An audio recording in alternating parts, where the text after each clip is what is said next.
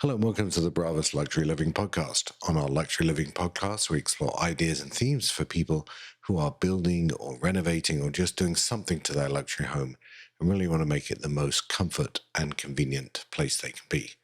If this is the first time you found the Luxury Living Podcast, I would be really grateful if you could like, share, press the bell, do all those things that people on social media ask you to do so you can get the content and you can tell other people about that content. I do these podcasts with my colleague Keith Brown from Dallas. Hey, Keith, how are you? I don't sound very good today, but I feel great, so I guess that's what's important. Well, actually, that's absolutely important because we're going to talk about sound. And actually, ironically, I'm not in my regular studio where I would have my special Artnovion stuff behind me.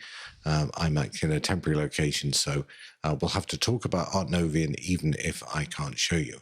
And to talk about Artnovion, we have with us Nina Clarkson-Valdivia. Did I get that right, Nina? You got that right. So Nina works at one of our best partners, Origin Acoustics, as their director of sales ops. But here we're going to focus on a product, particularly, or a range of products around acoustics and sound called Artnovion, which we just love. But Nina, before we get into that, maybe we should learn a bit about you. How did you get to Origin and where you are now? Great story there. I actually went to school for audio. I went to LA Film School. I wanted to work in the studios. I did a little bit of live sound, toured around the States. Really enjoyed my time before I got into software and project management. And that kind of led me down to the path of integration. And once I got my foot in the door with integration in the whole, you know, consumer electronics world, it's a while it's a large revenue industry, it's actually quite small, and so you learn to you learn about the community, and from one friend to another, got introduced to Origin Acoustics, and that's who I've been with for the last couple of years here, So it sounded and like we've you just were kind of touring with bands. Were you touring? Is that who you were touring with? yeah, I did some bands, mainly college shows and such. Uh, but yeah, I did that during college and right after college, and then I kind of settled down a little bit, worked in some of the studios. Really enjoyed that part of my life, but it's different than the game that we play now with Exactly. consumer electronics. Completely different. All right. So someone who's new to or not Origin, because we talked to, we've had Mark on other people, but particularly Artnovion. Um, who are they and how do you explain what they do? Sure. So they're like three generations deep of custom woodworking, and so they're really into the furniture building, and that's kind of like the lineage that they have. They got into acoustics some time ago. Um, they're manufactured in Portugal, and they really concentrate on adhering or catering to the luxury world because they don't believe in just creating good aesthetic or acoustics. They really want it to be seen as art on the wall, so they refer to themselves really as um, acoustical artwork. Yeah, that's definitely different than most of the acoustic treatments we see. So you said that you've done studio work, and that's one of the most obvious places someone would use acoustic treatments. But there's Sure. also a lot of great uses in the home. Can you kind of break those down into the major Oh, categories of where absolutely. someone would use them in the house? I think the main point of any type of acoustics is really getting the right ambiance and the right environment for any kind of space, the functionality of it, right? So you can walk into a room and it might look beautiful, but unless you can actually use the room, you can have an intelligible conversation in the room, it really doesn't do the trick. So I think acoustics really comes into play with setting the right ambience, setting the right environment. Um, Most of the time in a living space, there's also other equipment, right? A lot of people, especially in our industry, are purchasing AV equipment, and they're expecting it to perform to its fullest potential. And if we put it into a room that maybe doesn't serve the environment the right way to let the gear perform at its best, you're not getting the experience that you're hoping for originally.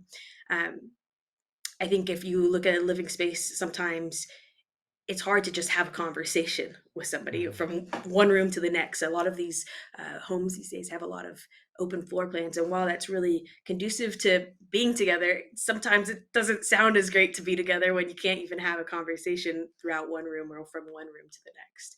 So in the house, there's a lot of different spaces, living areas, dedicated listening areas such as like a home theater, like an entertainment space, game room, all sorts of different things. Anytime that there's going to be something to listen to, there's absolutely a case for using acoustic treatment.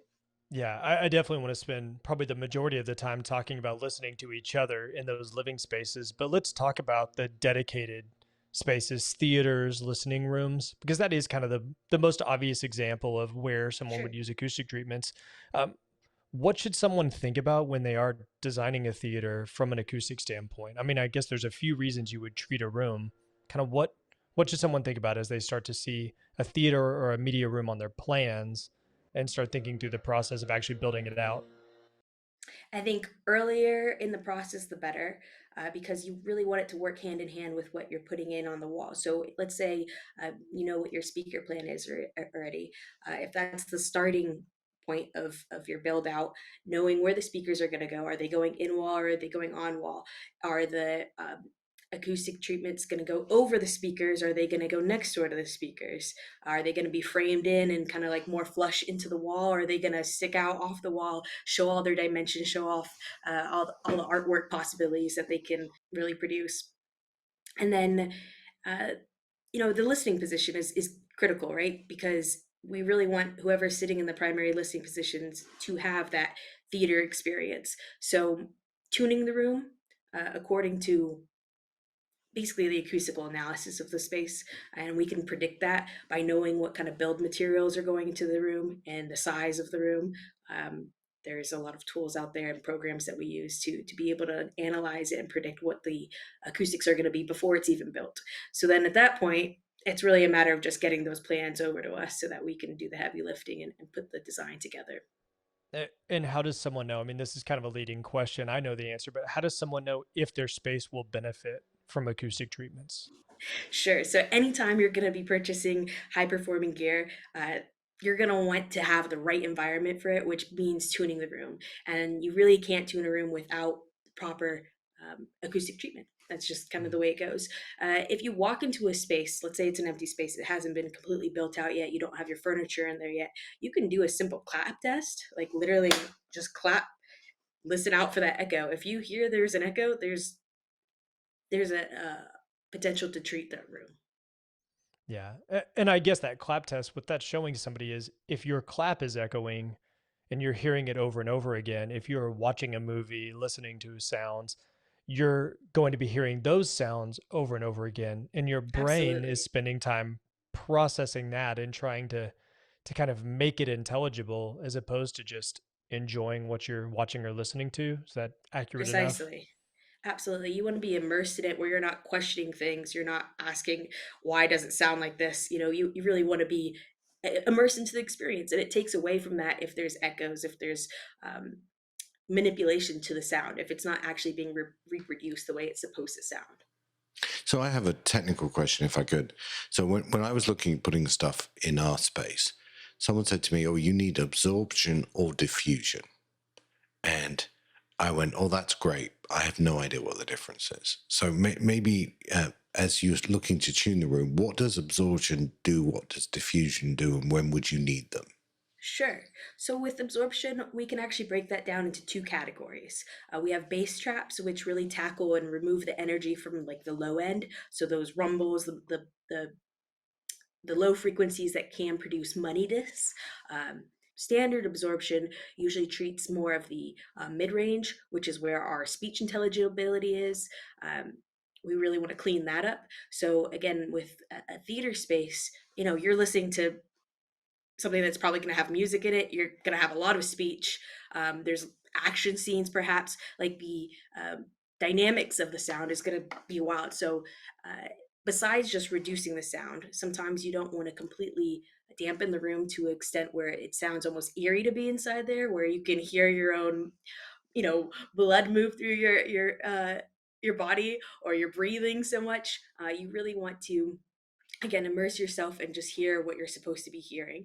And so sometimes if you reduce too much energy, we actually need to add diffusion back in, which helps to scatter the frequencies. It kind of um, it even more evenly distributes the sound, and it also enlarges what's called like the sweet spot, the part of music that we really adhere to, that our ear gravitates towards. I think that's a really good point. We want to find that natural sound. So you don't want the space itself to impact the sound in any way. And what I think most people don't understand, they'll spend a lot of money on an amplifier or a lot of money on a speaker, but the most important part of the way a speaker is going to sound is the room that you put it in. Like that has the biggest impact on the space. So we should be driving some of our budget there. But would you Totally. agree that that's kind of the goal of what Artnovion does in a theater? 100%, 100%. Um, there's an analogy I like that I think helps understand this concept, which is if somebody's going to go spend the money on, let's say, a Ferrari, we all know it's a high performance vehicle. Uh, you're not going to get the most out of it if you take it down a street that's full of potholes. You're not going to be able to let it perform at its maximum. You're not going to be able to go full speed unless you're, trying to damage the vehicle. So the best place, people might argue, what the best place to is to drive a Ferrari, but you might take it to a track, or you might take it on, some nice tarmac, or just like a street that doesn't have any potholes, but you're going to get a better performance out of it by putting it in the right environment. So the same thing with audio or video equipment. You're spending money on high performance gear. You want it to perform at its best, and if you're, again, putting it into an environment that's really not doing it justice, you're not going to get that experience you're looking for. Going back to the home theater instance, you're wanting it to be as if you were at a public movie theater, if not better than a public movie theater. um, and so, again, why invest in that equipment when you're not having the right environment to really let it perform at its best? Yeah, completely agree. So, speaking of that experience and making it perform at its best, this is not something that Artnovian makes, but something people should consider when they're building a theater. It's also important to keep outside sound from penetrating into the room that's going Sure. to overshadow kind of speech, the lower parts of speech. And I guess we should just talk about it for a split second because there is that side of it is we want to make the room sound better, but we also want to be able to divide the spaces from each other, which makes the house just a more enjoyable place to be. Um, any Absolutely. any recommendations for considering that? 100% start planning that early. It's much easier to do in the new construction phase. Oftentimes, it's because if you're really trying to do sound isolation versus just acoustic treatment for the room, you're really trying to prevent the noise from bleeding out. It's important to consider things like a acoustic door. Sometimes you're doing a double wall. Sometimes you're putting different kinds of insulation into the walls, and so that's something you want to factor in early on in the process of building a room out. But absolutely, sound isolation. Uh, it's a big factor, especially when people are having their home offices now in the home. You don't really want to have that private meeting bleeding out to your kids' room, perhaps. Same thing, you don't really want the kids' room bleeding out to where you're having the meeting on Zoom, or something of that nature. Amen. Yeah, Yeah. let's talk about the rest of the house. So, we get Okay. to walk around some lovely houses, very Oh, yeah. modern, but wood has disappeared sometimes, or there's no, I should say, carpets disappeared. There's a lot more wood. There's lot more glass. Oh, yeah. What has that done to sound in a home? Well, let's start with the aesthetics first. The aesthetics are unbelievable these days. I mean, I'm a big fan of modern architecture. Uh, but as you've noticed, it's tall ceilings, it's open floor plans. There's a lot of marble, there's a lot of glass, just hard surfaces in general. Combined with those tall ceilings, combined with that open space, it doesn't make for a good situation with acoustics. It's basically an echo chamber. And a lot of times, we're not factoring that in early enough. And so even if we're putting in a couch or putting in a rug that can reduce some of the energy in the space, uh, people are moving in and they're not able to have a conversation from the kitchen to the living room or even within the same room, and that's causing a lot of issues. That's really where Art Novian comes into play, because it can be what we call retrofit, or put in after a home's been built. And it's also meant to work with the aesthetics and kind of blend in.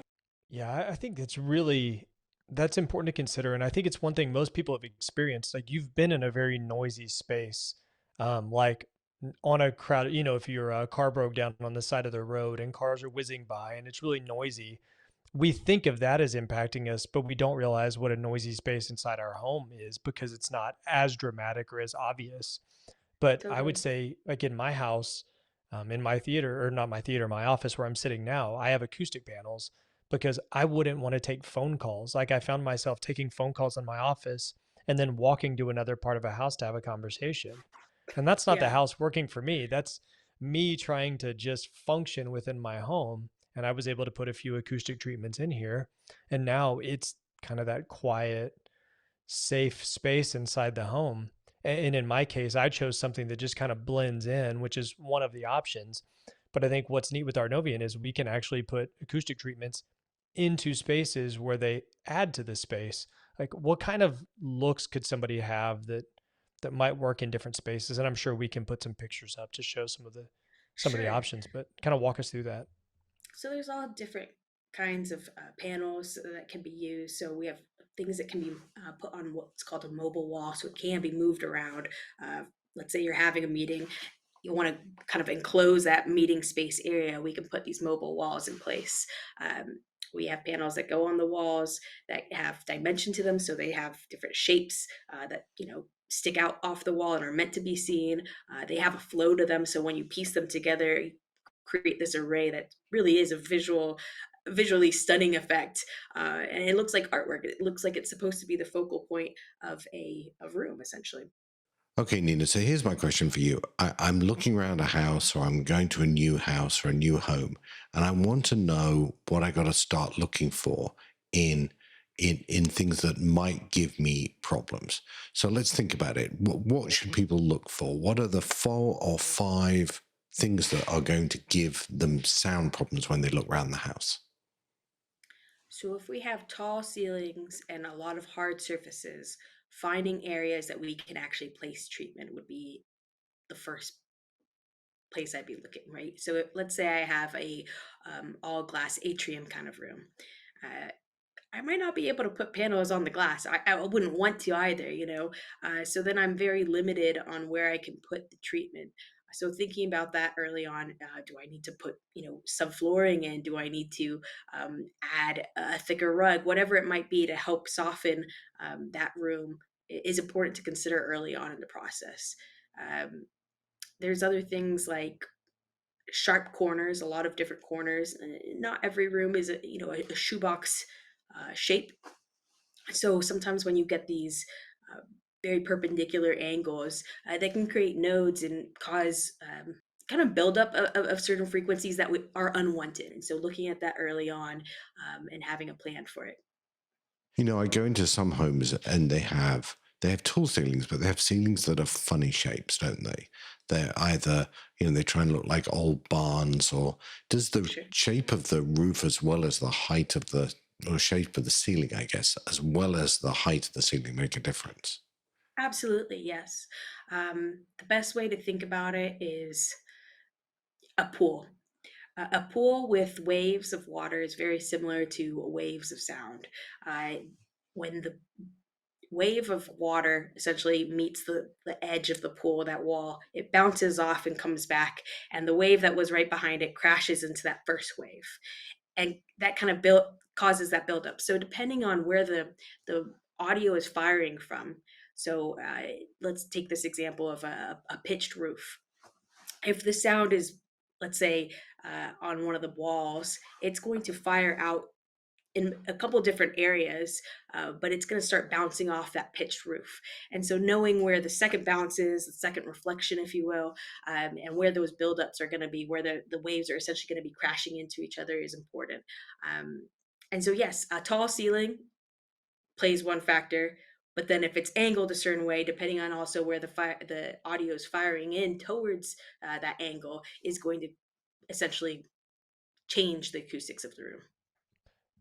So you made one observation that I think is a really practical thing that a potential homeowner could use to start to solve their own problems, which is the furnishings that they put in a room is going to make a difference. So if there's a room that maybe doesn't pass the clap test, that has a lot of that ringing or echo in there, but they know there's going to be a very large rug and multiple fabric sofas and bookshelves with, random sized books on it that can disperse that sound, that room may not need treatment at the end of the day. Um, but Perhaps. but what you kind of pointed out was areas with a lot of glazing with just a ton of glass. There probably isn't going to be a lot of furniture in there. So those rooms that are going to end up with either hard furnishings or not large rugs, those are the ones where a client can expect that they're going to have a problem and should probably be planning ahead. Would you say that's correct? 100%. I would say any large open space, even if you were to have a lot of furniture in there, it's probably not going to be enough to get it to the point where you feel very comfortable in that space. Um, I've seen large great rooms where there's a lot of furniture, really thick carpeting, even. And it still doesn't really do the trick if the size of that space and the exterior walls are still hard surfaces. It also really depends on what noise is in that space, right? Is it 10 people living in that space? Is it an area that's constantly playing really loud TV or really loud music? All of those things are going to factor into the functionality and comfortability of that space. We're living in this temporary accommodation while some work's being done to our home, and it's got this massive TV in it. And of course, when we walked into it, it's a massive TV, but it's a modern massive TV with a very small speaker. So I'm guessing that, getting the room acoustics right, but part of that is probably picking the right sources for your sound, which is that why Origin sort of do this as a two-hander thing, both the sound Sure. sources as well? Absolutely, they go hand in hand. So we actually do designs for all sorts of different categories, but we often will design the speakers, have the speaker plan, hand that over to the Artnovion team, and now they know exactly where all the audio is firing from. They can predict how what the SBL or like the the sound level is going to be in that space, right? If it's just a room that's being used for um, maybe a home office, you're probably not going to have the same kind of noise floor as an entertainment space that could have a lot of people hanging out in it at one point, and the noise level just, you know, it, it's high to begin with. So, yes, going back to Origin Acoustics, we absolutely think that, if you're going to purchase these luxury speakers, let's absolutely give you the treatment to make it perform at its best. And we definitely want to take the heavy load off the shoulders of either the integrator or the customer, the end user. We want to put that design together for them. We obviously want to match the aesthetics and get the treatment the way it's supposed to be, but we're really working hand in hand with them to make it feel like it's their space, their home, where they're going to feel most comfortable, not only from the acoustic standpoint, but aesthetics. And the Origin work with Artnovion is interesting because you can change not only speaker grills and things like that, you can change the color of the Artnovion stuff. There's lots of sort of color and texture choices, aren't there? Absolutely. So the four main categories, I would say, well, first you have your fabric panels and you have your wooden type panels. On the wooden panels, you can break it down to either like a lacquered paint finish or a natural wood finish. They also do custom RAL where they'll match to a paint code so it can really blend in seamlessly. And then on the fabric side, there's either a suede type of finish or a weave fabric. And then the weave fabric is going to be a little bit more acoustically transparent. It's a little more porous so the audio can, move in and out a little more easily. So I think there's obviously a huge amount of things we can do, and we'd love to work with any of our clients on getting the right mixture of speakers and sound absorption. It's really, and normally, if I was in my home studio, you'd see I have some of the diffusers, and they just look great. But I do want to move on to the game we play every time we have a great guest on, which is our 3-question game. So the first of those 3 questions is, when you think, Nina, about your home, is there some home automation technology that you couldn't live without? I think I've been spoiled enough with voice control that I can't go backwards now. So it's the voice control, but really specifically when it pertains to controlling the audio and the lighting of the space, because um, that really makes me feel the most comfortable when the music's right and the lighting is right. Sets the mood. Oftentimes my hands are busy, I might be cooking or something. And so having that voice control to really set it up and automate it all, I enjoy that quite a bit. Okay, second question. Is there a job you guys have done maybe with Artnovion that you look back on and you go, well, that was really, that's a wow job. That's a sort of banner situation you like to talk about? There's been a number of them, so that's hard to choose. I would say there most recently there's been a big project that took a lot of planning. So being part of that was awesome. I love being involved in these great projects. Um, this particular one had a lot of customization to it, and it's a theater space that's currently being installed, but essentially they customize these Alps diffusers. So these are, maybe we could show a picture of what an Alps diffuser looks like, but they've put drilled fiber optics through, and are placing these in the ceiling. It's basically a very cool art feature, as well as obviously treating the acoustics. And then the rest of the room has these Avalon flow panels, which are probably my favorite Artnovion panel. They just have this beautiful flow to them, with the natural wood. It looks awesome. The renders itself do it justice. So I'm I'm really holding on, waiting for the final install to be able to go check it out. Sounds fabulous. And finally, if there was a piece of technology that hadn't been invented yet for home automation, is there a problem in your life you would like us to solve by an invention for you? I think some of them are already in the works, but teleportation would be nice. I would appreciate teleportation. Any kind of time savings for me is a big deal. So if I could quickly teleport to go see my friends overseas, or teleport into the office, I'd be okay with that. Well, we will go and start working on that. But whatever it is, Thank it'll you. sound great as well as look great. So listen, Nina, thanks very much for joining us on the Luxury Living podcast and telling us all For about the having me. great products from Artnovion. Absolutely, anytime. Thank you. Yeah. Thanks for your time, Nina.